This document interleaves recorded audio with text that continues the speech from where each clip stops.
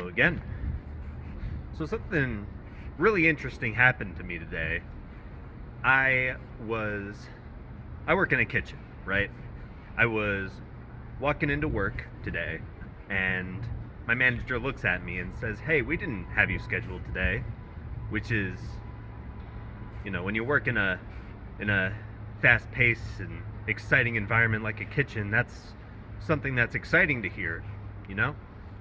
But I'm an overachiever, and I say, "Oh, that's okay, but you mind if I stay a couple hours at least, just to help out? I feel bad coming in fully dressed and ready to go."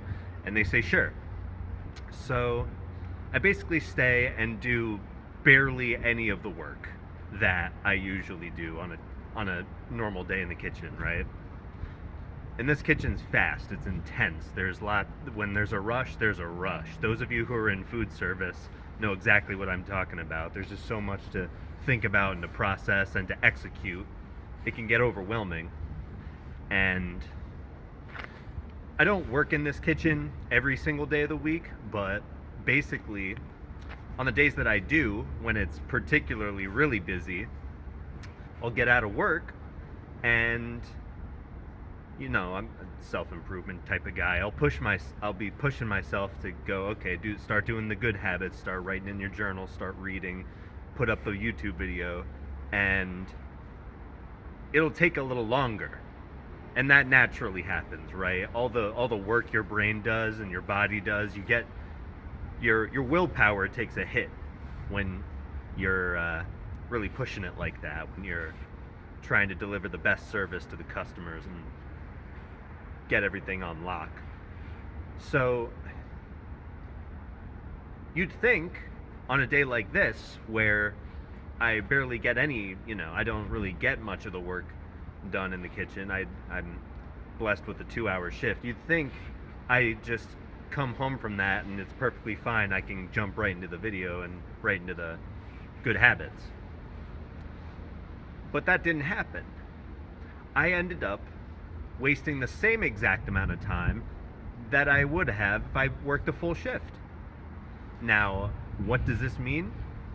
This means that my brain has created a habit of getting out of work and being real tired when I get out of work and putting my feet up and kind of, pointlessly looking at bullshit on the internet.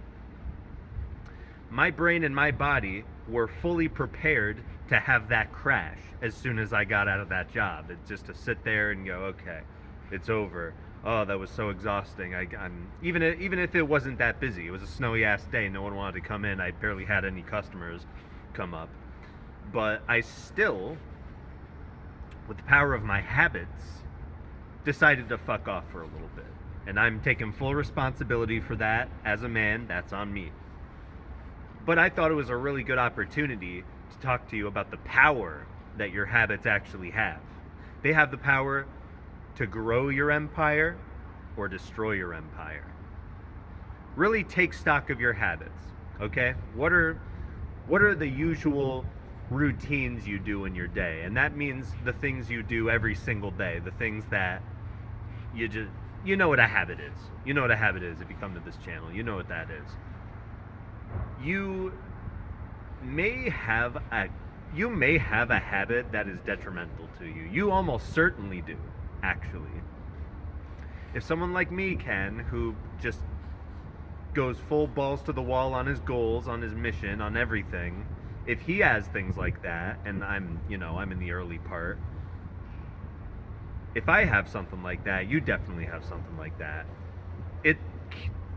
It's basically like walking in the snow, right?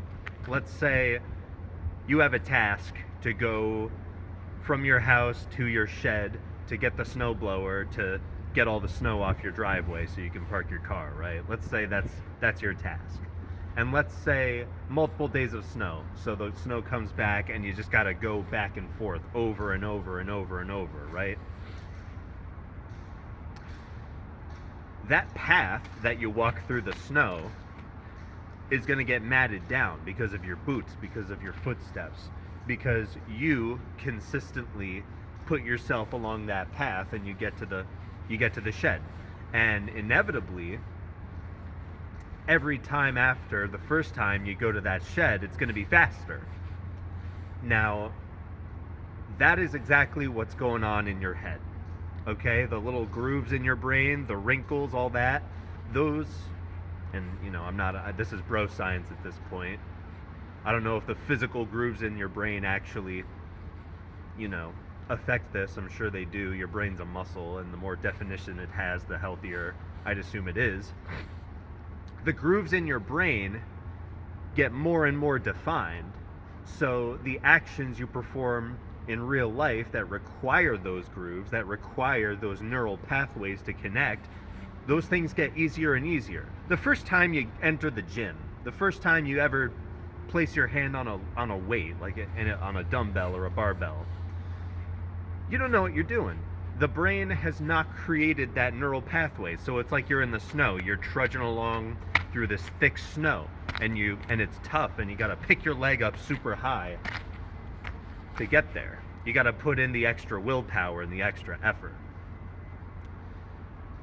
The 100th time you do that, it's going to be a lot quicker. You're going to know what you're doing. You're going to scan your thing. You're going to go right to the weight that you know you need to pick up right now and get to work.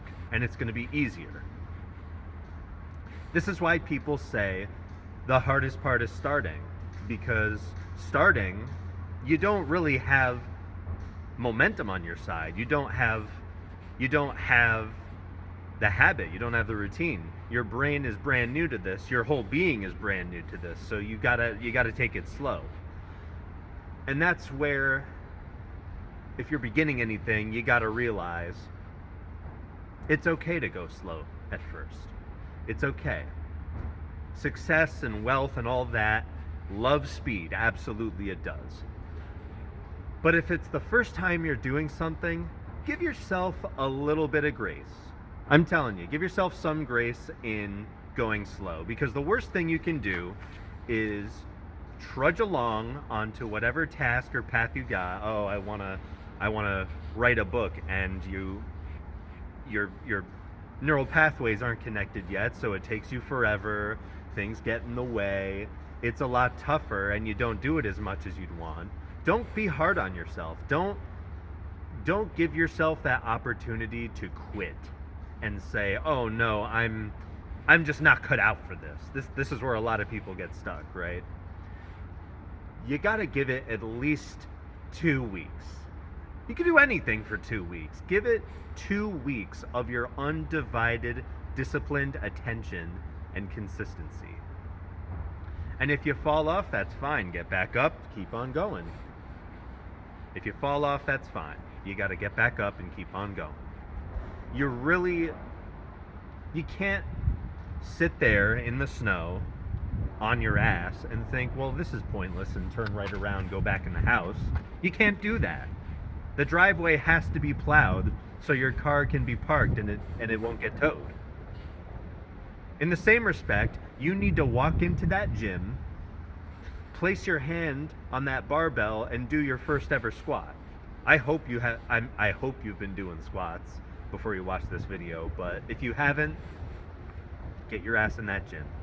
Because I'm telling you right now, when you're 60, 70, and you've created that strong groove in your head, that habit, that routine, and you've trained your body to get used to going down and back up, you're going to be thanking yourself when you're surrounded by the other senior citizens who take like 5 minutes to slowly get themselves down, and even when they're so careful, it's like they hurt themselves.